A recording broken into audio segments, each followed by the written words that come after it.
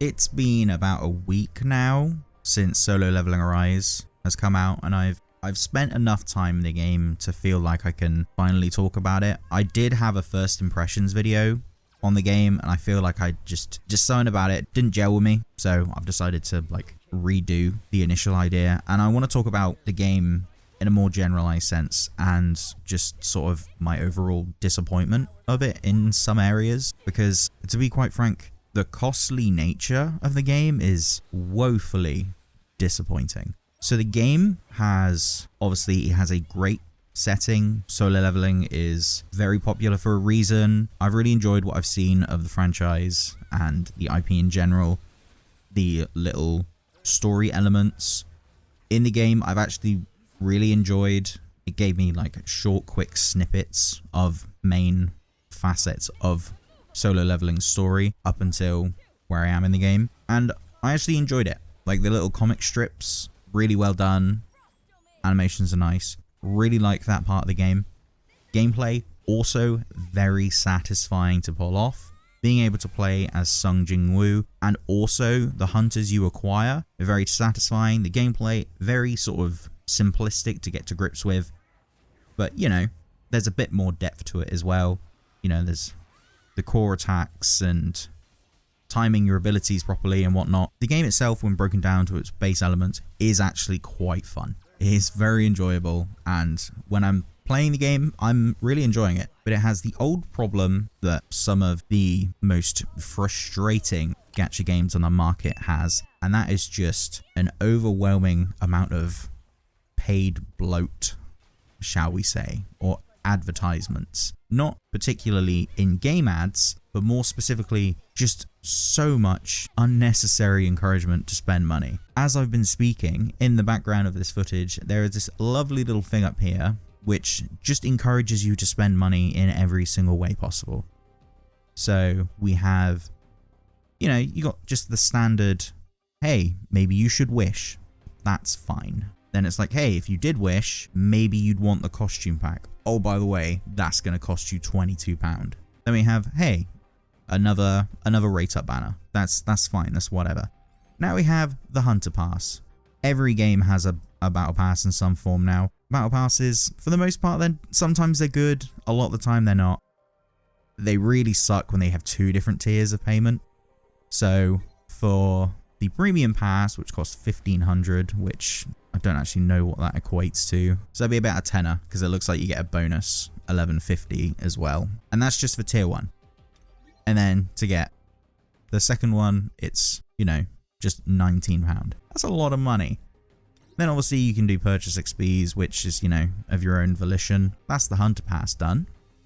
Then we have daily stuff you can buy. So this is this game's version of like the Welkin Moon or whatever other games call it, where you log in each day, you get like a little bonus, that kind of thing. You get it for about a period of 28 days. The fact there's two of them, little bit concerning depending on which one you want more of. And then you also have the scummy chance of, hey, there's like maybe, who knows, a possibility of getting an SSR.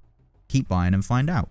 And we also have the relay pack and a step up banner. Just so many ways to spend money. It's crazy. The game has been out a week and there's just so many ways to spend money. So yeah, the step up pack we just saw, and then the battle mission achievement pack, which basically says, hey, if you've done enough content and you want to spend £36, you can get all of this, which is some gold, some SSR chances, and some other stuff. Or you can get the second one also for £36 for the same sort of thing, but you've done it more. Obviously you've got the diamonds, which we've had a look at. You've got the daily purchases where they're like, hey, look, if you want, you know, free SSRs, which aren't technically free because you have to spend money. If you spend money, I think you can only do it 3 times a day and it will go up depending on how many you've bought. So like the cheap ones are, you know, there to encourage you to spend. But if you want the maximum of 3 per day, you're spending £1, £2, £4, £6. £6 in total to get 3 stages. Or you can, you know, not buy that one and spend £2 a day to eventually get your SSR, and then to eventually get your SSR weapon, and, you know, so on and so forth. Then, of course, we also have the Story Clear Pack, which at £22 gives you all of this. And don't get me wrong, it's lovely to be given a ton of pulls just in general, but it's just the fact there's so many different ways to spend money in this game is frightening. And then there's a hard story mode one for £41. Sorry, £42. So, yeah, if you wanted to spend even more money on just these 2 packs, you'd spend 42, 22, £64. £64. Unless this is actually buying both packs, which I can't imagine it would be, but I'll give them the benefit of the doubt. But either way, there's a lot you could do with that money. There's so much better stuff in this world to get than a few standard pulls. Especially when standard pulls are going to be the least important, you know, pulls in the game anyway. And of course, we also have these, which are just their own individual packs. With how much you can spend money on in this game is just so insanely egregious. It's absolutely bananas. This, for instance, the game gives you this little bonus for like the first 5 days, I think, to sort of, you know, as like a free trial, and you get to enjoy how easy life is knowing that you don't really have to play the game as much. So you get more gold, you get more gate mission rewards, that kind of thing, and you can also sweep gates for free. So you can just outright do 5 gates a day, no questions asked, for free. You get the rewards, you don't have to do anything. So you get that for 5 days free, and it's lovely. And you get used to it a little bit. And then the game strips it away from you, and then you realize, oh, I see what's happened here. There's been a small rug pull I didn't quite anticipate. Same with the activity funds. When you claim them, it asks, do you want even more? How do I get it? You must subscribe to their monthly thing. And then if you are subscribed, you also get the special sweep, or whatever it's called. The special funds. While you're on the free trial, you also got this about every 6 hours. It was very nice. It was a very quick and easy way of buffing your experience as you go along. And then after the free trial is over, it's gone. And you are, not sure I'd say significantly hampered, but you are, you know, fairly hampered in terms of your experience gain. Forgot about gates. You can dispatch. Obviously, you've got the standard complete instantly kind of thing. That's, you know, no one likes paying for them, but it's an industry standard whether you like it or not. And we also have an auto mining, which I would suspect if you turn on, you will just automatically mine the, unlock the auto mining feature, which will allow you to automatically mine the gates that you have cleared, so you don't have to keep logging in and out every day, logging in and out every other hour to make sure your gates are done. This is for the Hunters Association. This is for the Hunters Association Premium subscription ticket, which for some reason is in US dollars when everything else was in UK pounds for me, but I'm guessing that's just a small oversight. But yeah, a lovely piece of quality of life, unfortunately, is hidden behind a monthly paywall. And brutally honestly, it makes me not really want to play the game, and I just remembered I forgot about special summons.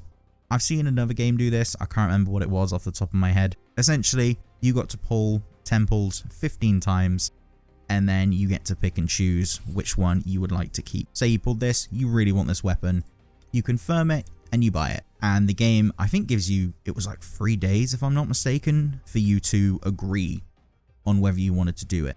Which wasn't really a lot of time to decide on whether, you know, something is what you really want, but, you know, the fear of losing out on something really encourages you to make you want to buy it. Yeah, unfortunately, I can't remember the price of what it was. I think it was around £20, but I could completely be wrong there. But either way, it was still another way to spend money. The game just has far too many ways to try and take your money.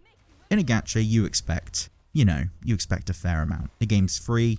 It's not exactly gambling, but it is gambling. And while that is the case, it doesn't need to be so egregious or so in your face, because it really bogs down the sort of experience. And to be quite frank, while I'm enjoying the game, all of the like constant pop-ups and whatnot, they get irritating, they bog you down a bit, and it kind of affects my overall enjoyment in the game, which is, you know, it's fine. It's my opinion at the end of the day. You might see all this and you might not care, and that's also okay. This is not the first mobile game in the world to have way too many ways to spend money. Unfortunately, that just seems to be a case with Netmarble. I was a little bit worried when I saw it was a Netmarble game, but with the IP, I wanted to give it a try.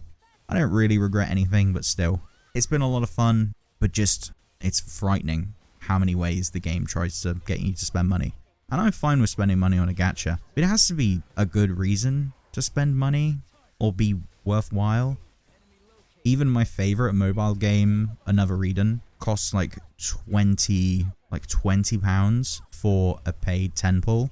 If I'm not mistaken, is always guaranteed, which if I'm not mistaken, I think on the paid banner is always a guaranteed 5-star, which is nice, but still £20 is a lot of money, at least in my eyes anyway. But if a game that I love can't get me to spend money really at all of this definitely not helping. But if you're able to ignore it, the actual game underneath all of this chaff, shall we say, really enjoyable. And it's a shame that it's kind of mired by the typical sort of mobile game. I think scumminess is a bit cruel, but you know, stuff, shall we? We'll say stuff, why not? Stuff is a nice broad term. I really like how the game plays. I'm just disappointed just in how it's run. And quite frankly, I'm probably going to play the game up until Wuthering Waves comes out, at which point I'm most likely going to drop it for a game that respects, you know, my right to spend money on it. And as a result, Wuthering Waves might be more likely to get my money. It might not. Who knows? The game's not out yet. We will have to see. With that, I've said my piece. Oh, with the exception of this, I hate that you can't get rid of this. You click it, it's there forever. You see this number, you go, oh, I have stuff I should check out. You go and check it out. It's just ads. They're just ads you can't get rid of. It's annoying. I don't like it. It's not a big deal, but it is annoying. That, though, is all I'm going to say. What do you think of the game? How do you feel about Solo Leveling Arise so far? Do you think all the pay stuff is not that big a deal? Or are you bothered by it just as much as I am? I would love to know down in the comments below. With that, though, I've been James, the Mayor of Jamestown. Be sure to like, comment, subscribe, and all that good stuff. And until next time, goodbye.